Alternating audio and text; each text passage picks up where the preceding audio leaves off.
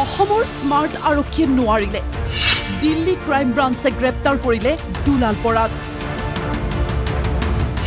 অগ্ৰিম জামিন হয়নে নহয় তালৈ ৰৈ আছিল অসম পুলিচ এয়া দিল্লীৰ কালৰা হাস্পতালত দিল্লী ক্ৰাইম ব্ৰাঞ্চৰ আবেষ্টনীত গুৱাহাটীৰ বিতৰ্কিত ব্যৱসায়ী দুলাল বৰা অন্য এটা গোচৰত সোমবাৰে মুখ্যমন্ত্ৰীৰ বিশেষ নিৰীক্ষণ কোষৰ কাৰ্যালয়ত হাজিৰৰ বাবে চমন দিয়া হৈছিল দুলাল বৰাক কিন্তু সোমবাৰে দিল্লীলৈ পলায়ন কৰিছিল দুলাল বৰাই অসুস্থতাৰ নাটক কৰি ভৰ্তি হৈছিল দিল্লীৰ কালৰা হাস্পতালত অসম আৰক্ষীৰ অনুৰোধ মৰ্মে মঙলবাৰৰ পৰা দিল্লী আৰক্ষীৰ ৰাডাৰত আছিল দুলাল সোণাৰীৰ বিজেপি নেতা দেৱজিৎ হাজৰিকাৰ আত্মহননৰ গোচৰত সাঙুৰ খাইছিল দুলাল বৰাৰ নাম তেতিয়াৰে পৰা চৰাইদেউ আৰক্ষীয়ে বিচাৰি আছিল দুলাল বৰাক গ্ৰেপ্তাৰৰ পৰা হাত সাৰিবলৈ অগ্ৰিম জামিন বিচাৰি গুৱাহাটী হাইকোৰ্টৰ দ্বাৰস্থ হৈছিল বৰা বুধবাৰে আদালতে খাৰিজ কৰে বৰাৰ অগ্ৰিম জামিনৰ আবেদন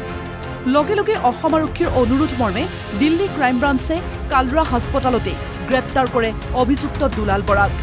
গ্ৰেপ্তাৰৰ পিছতে দিল্লীৰ কীৰ্তিনগৰ আৰক্ষী থানালৈ নিয়া হয় দুলাল বৰাক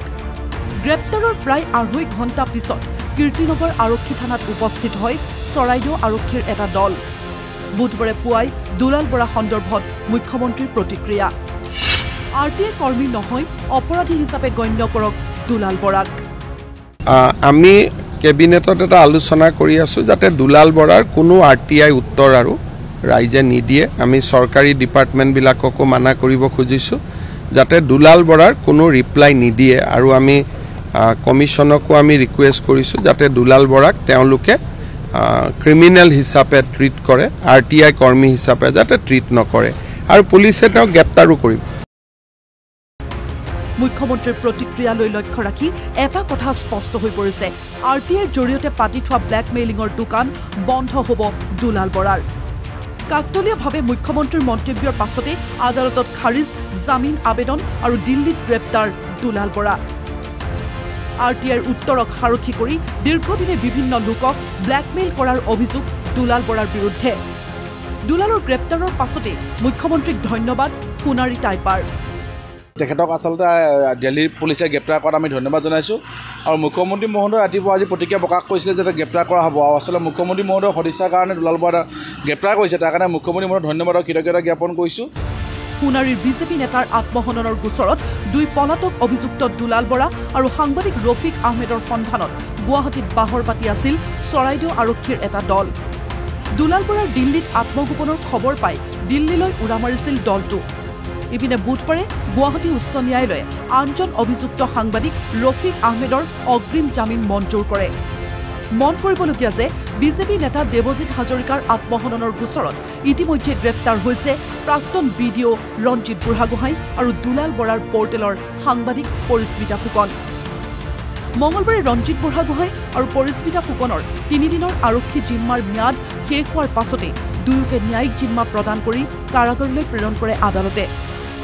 সামগ্ৰিকভাৱে দেৱজিৎ হাজৰিকাৰ আত্মহত্যা গোচৰত এতিয়া ছুইচাইড নোটত নাম থকা ৪ অভিযুক্তৰ ৩জন গ্ৰেপ্তাৰ এজন জামিনত মুক্ত মিশ্ৰিত প্ৰতিক্ৰিয়া প্ৰয়াত দেৱজিৎ হাজৰিকাৰ পত্নীৰ মাননীয় মুখ্যমন্ত্ৰী হিমন্ত বিশ্ব শৰ্মা ছাৰক মোৰ ফালৰ পৰা আমাৰ পৰিয়ালৰ পৰা আপোনাক ধন্যবাদ জ্ঞাপন কৰিছোঁ ৪জনৰ ভিতৰত এজন ইতিমধ্যে আজি জামিন পাইছে বুলি গম পাইছোঁ আৰু তেখেতকো যদিহে তদন্তৰ আওতালৈ আনিব পৰাকৈ যদি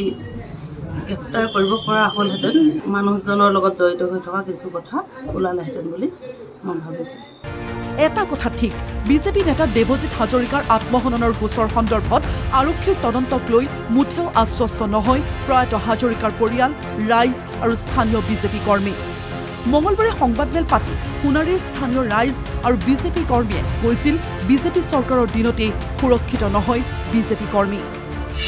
এই ঘটনাই মানসিকভাৱে ভাঙি পেলাইছে সোণাৰীৰ বিজেপি কৰ্মীক তদন্তৰ ক্ষেত্ৰত অজ্ঞাত কাৰণত আৰক্ষীৰ পক্ষপাতিত্বমূলক আচৰণৰ অভিযোগ স্থানীয় বিজেপি কৰ্মীৰ দলে যেতিয়া ৰক্ষণাবেক্ষণ এজন কাৰ্যকৰ্তাক দিব নোৱাৰে আৰু দিয়া নাই বুলি মোৰ অনুভৱ হৈছে তেতিয়া তেনেকুৱা ক্ষেত্ৰত ভৱিষ্যতৰ দিনত আমাৰ এই